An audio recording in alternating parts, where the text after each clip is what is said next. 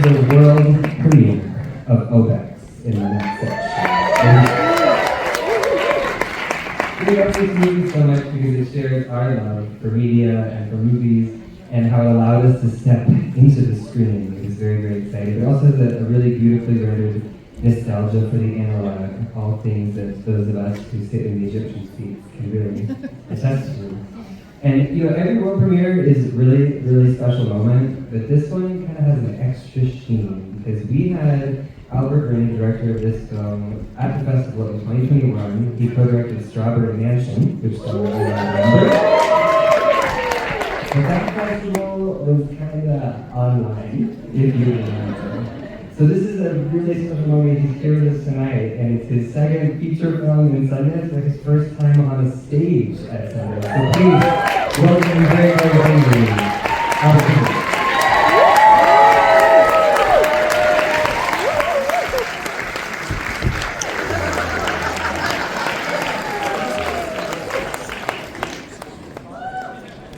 Maybe I should stay online, I don't know.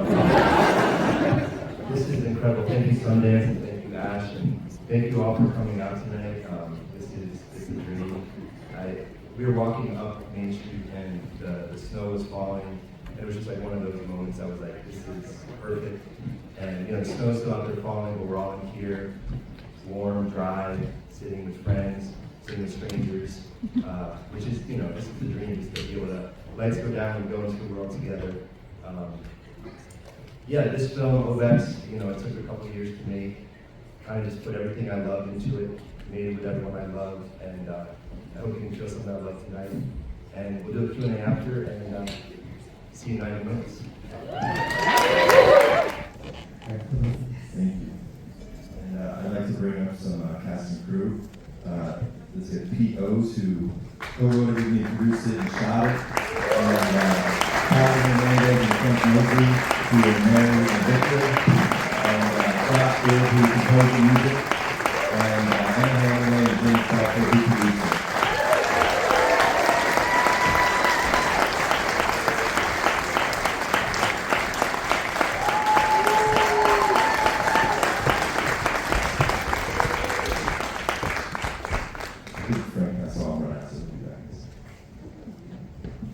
Can't hold it the whole time. First of all, congratulations to you all. Thank you so much for sharing the film with us. We're so proud of you. Take a step forward. Don't be shy. Don't be shy. Wow. No. Too much. Perfect. I'll start with a softball. I gotta know, how long did it take you to grow the beard and when did it come off? Yeah. The beard took about a year. And yeah, we filmed in 2 sections, so it allowed us a lot of time to grow it in the middle there. And then about 2 days after we finished filming, it came off. You know, at that time it was ready. I was ready. It's a hassle. Yeah, check the footage. The footage looked good, so. It does look so great. It's such a treat to see it on the big screen. Maybe Pete, you can talk a little bit about how you sort of developed this visual style. So, Rich, shot by shot, I feel like we get treated every second before we move. I don't know if I would even say like the visual style was developed per se. It's just, I mean, I'm filming things the way I want to film them. I know how Albert likes things. He has this animated series called Tux and Family. And so as we were just kind of like working through a scene, I would just say to him, like, what would you do with Tux and Family? He'd say, like, a shot of this, a shot of this, a shot of that. And we were just working in his house. That he also kind of production design. So much of that dictates like what the visual look becomes. And so we just shot it. You know, like the movie was made like intuitively. Like it's just pure creative bliss for like 2 15-year-old kids making a movie. So it's like we didn't think about anything.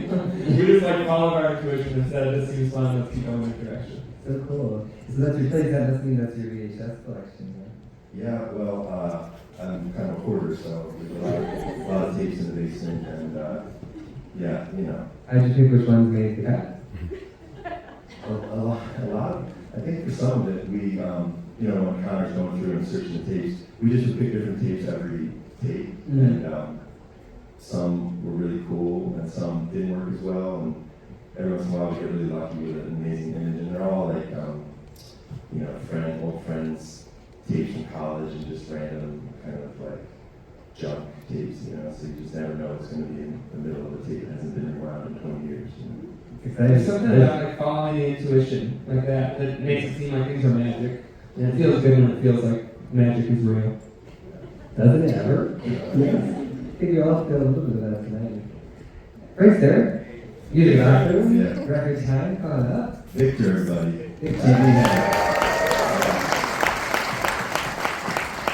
You could never see what he was doing most of the movie under that TV head, so it's pretty good, huh? Well, a couple questions for the cast. First, also, Keely, it's such a great performance, and you have sort of 3 different versions of Mary you're playing. There's Through the Door, and then, you know, the Elvin version and the Nightmare version. How did you approach, you know, preparing for one of those 3 versions of one character? Yeah. Being Albert, you know, just follow their lead and hope for the best. Yeah. It was, you know, I knew that it was going to be lots of different things. You know, they made it really easy. Yeah. I was just down to play. We just wanted to have fun. Yeah. We just, like, most of the fun was picking out, like, what wigs and what's the outfit and, you know. Maybe the wigs guided me a little. You were really excited to be a fairy. Yeah, I was very excited to be a fairy, and I definitely pushed the wigs on to them. I was like, can I wear different kinds of wigs? Can I choose the wigs? And I don't know, I was just really into the wigs. We were like, yeah, that's great. I know, Long Rider The feels guy, great. like, The costumes were great. Cassio Watch featured prominently. Excellent stuff. Frank, maybe you can speak to what it was like to play such a mediated role. I mean, goodness gracious, stuck in the box. What was that like? It was an acting challenge. It was exercise. You know, one of the things I learned immediately was that I'm acting the scene, and like, now Frank, turn your head to the left, and there's a pause. Like, Frank, turn your head to the left. I'm like, I am. They're like, it's not reading. And I turn a little bit like this. It's not moving. So I have to do this to do a real subtle turn to the left. You know, so it was a really interesting way to act with this box center. And they were such gents because they actually put some padding on the inside and they carved out the TV so it was actually kind of comfortable to move in. And something they did that I really love, it's like an actor's dream. This could have very easily been like an ADR situation. Just come in later, we'll have you instead, whatever. No, they put a mic inside of the TV. So everything I said was actually getting to be in that space with Albert and with Callie and doing those scenes, so it made it extra special. And I put the TV on once towards the end, and I couldn't see anything. I was like, Frank, I had no idea that you were just blind. And it was just like a testament to it. Just like, he was just a trooper in there. The nighttime scenes, you can't see anything out of that screen. So yeah, so I took a couple falls, I think. Yeah, you know, they were guiding me through helping Grandpa. So Only one Frank was hurt in the making of this film. It's a good segue to talk a little bit about the sound design. It was excellent throughout. And the song is going to be shot in my head all night. Can you speak a little bit to your collaboration around the music and the sound? Yeah, I mean, Albert's very gracious to credit me with the score. It really was very collaborative. A number of cues are actually Albert's cues, and what we ended up doing was working for really like a 2.5 to 3 week period prior to this cut. They made a lot of changes to the cut, like the endings were different. So we ended up kind of literally just the 2 of us getting into the studio, my studio, and we both live in Baltimore, so he just would come over, he'd bring, every day he'd bring me a peanut butter sandwich and a little cup of sunflower seeds for lunch. It's really adorable. And we worked really fired up intuitively, and we kind of wanted it to have that sort of almost first thought, best thought kind of thing. So we just kind of pull up the cue, and he would kind of talk about what he was feeling about it, and I would sort of pull up some palette stuff, and I'd sort of see how he was reacting to the sounds, and then kind of just go from there. In a lot of cases, some of those cues literally happened in the space of 15 minutes, and then he'd be like, that's it, we're good. And I'd be like, oh, I want to. He's like, no shooting, we're done. And I'd be like, this was a sketch. He's like, it's not a sketch, it's done. So, yeah, we kind of just ended up with this thing. And watching the final cut is often the case as a composer, you get to see how the director and the editor like kind of end up taking that stuff and using it as almost like a palette that they have to do to, a lot of cues got recontextualized in ways that, weren't how when I was, so, yeah. Yeah, I mean, and I brought the sandwich so we didn't have to leave for lunch, so that we would work through lunch, so. But, yeah. That's Josh really was good, incredible, yeah. Josh would, he's not getting some credit, he would start playing these like melodies that were so beautiful, and, it's like, that's a dream, it's just, he plays something and you're like, there it is, let's go, so. Nice. So fruitful. Any questions for the crowd? Don't be shy. Unless you are shy, in which case that is fine. One up there. I know, but that's too unshy. Okay, you go ahead. What's the combination to the giant block? Great Yeah. question. You gotta play the game to, Where it will be available after the show. Yeah, right here. You, yes. Sandy. The questions about the dog and whether you had a relationship with Sandy. I have a very strong relationship with Sandy, whose real name is Dorothy. And my partner Marty, who also shot some of this, she was wanting a dog, and I was kind of like, well, I'm a cat person, I don't want to get a dog. And then we rescued her in 2021, and it was love at first sight. She sat on my lap in the car ride home, and you know, it's just one of those relationships where I'm like, this is true love, this is perfect. And her name before we got her was Sandy. We changed her to Dorothy, so she would come when we said Sandy. I mean, it was kind of incredible. It was, you know, Pete and I were just filming in the house with Dorothy, and we would be set up the next shot, and okay, then we'll have Dorothy over there on the sofa, and we'll put the light here, and we would turn back, and Dorothy would be there on the sofa. With like, no joke, this happened a lot. She was like the easiest actor. She knew where to go. She's very good. You know, a couple treats here and there to keep her occupied, but Food, it seems to be a main modus operandi for you. We're good. Smart director. we all love food. Yeah. In that. What was behind the decision to put it black and white, shoot it black and white? Yeah, you know, it's like a feeling you get that this is sometimes like when you're starting to see the movie in your head, the images, I was seeing it black and white. Two big films that inspired this movie were Eraserhead and Dead Man, like the second half of the movie. And those are both black and white. I grew up loving those films and kind of revisiting them throughout my life as I get older, and they're still inspiring me in new ways. And you know, I didn't set out to make those movies, but they're in my DNA and they come through in the movies. So black and white, you know, and knowing we were going to do different visual effects, the black and white kind of helps with that. Also, those old computer games from that era, a lot of them on those Macs are black and white. So, you know, all these things together, it just kind of, it was. We filmed it in black and white. There was no color changing it later. It was kind of a decision on this is the movie. Sure. What was the first idea you had that ultimately led to the final product? What was the first idea you had, the genesis of the film?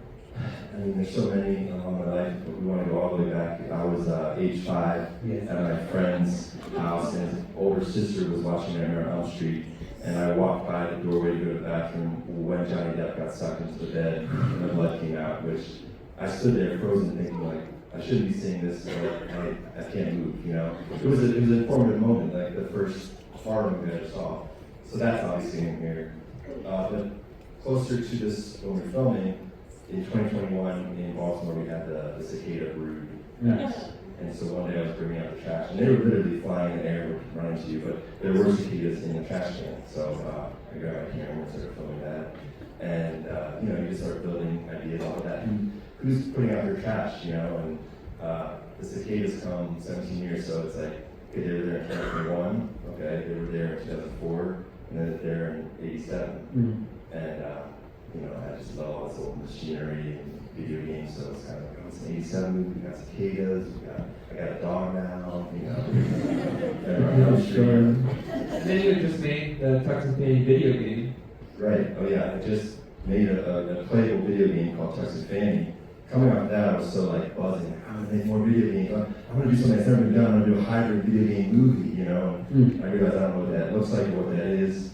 And I was like, I'll do a movie about a video game. You know, it's all these things we're putting together. And yeah, I would love to still make an OBEX video game someday, so that'd be the dream. Cross your fingers. So that means 2027, video game land. Yes? Yeah, there. Can you talk a little bit about the process of starring in and directing the movie? The question's about the multiple hats you wore.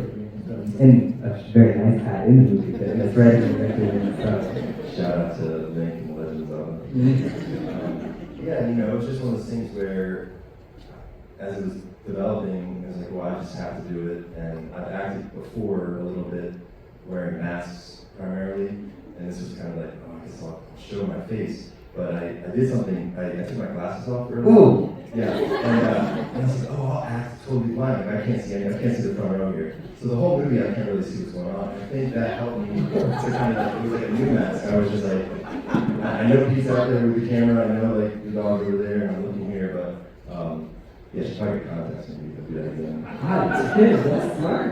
You're gonna time for one more, so make a good one to close out on. Is that your, do you feel like I got it? Probably. Yeah, let's do it. Okay, so you and Pete individually made films about insects or using insects as a theme. What was it about this past year, maybe this project? Did one kind of feed off the other? Are you all just on like a blood vibe right now? Questions about bugs in your creative collaboration. Yeah, well, Pete's an amazing filmmaker making his own films, and he's done about 5 years. Very inspiring to me and very inspirational to this whole process of making this film. And so he has a film that will be premiering at South by Southwest. It's a sister film. Callie's in it as well. And they filmed like a week or two before we filmed the second half of this, which is crazy. Pete and Callie came totally just like, whoa, we're doing it again. Yeah, but yeah, they were kind of like sister films, sister projects. And even the Cicada Soldier Mask spoiler is in the next movie. So you know, it's just we just love making stuff and making stuff with friends and. We're just like pulling from the same dreams or something. Because my movie also has some dog stuff. So like, it's just we're like dreaming together. We're playing bouncing off of each other. We're so glad you did it, and you are. Congrats to the whole team. Hey, this is Eric from IONCINEMA.com. If you want to support us, subscribe below. For more reviews, interviews, film festival coverage from Sundance, Cannes, Toronto, you want to check out these guys on this side.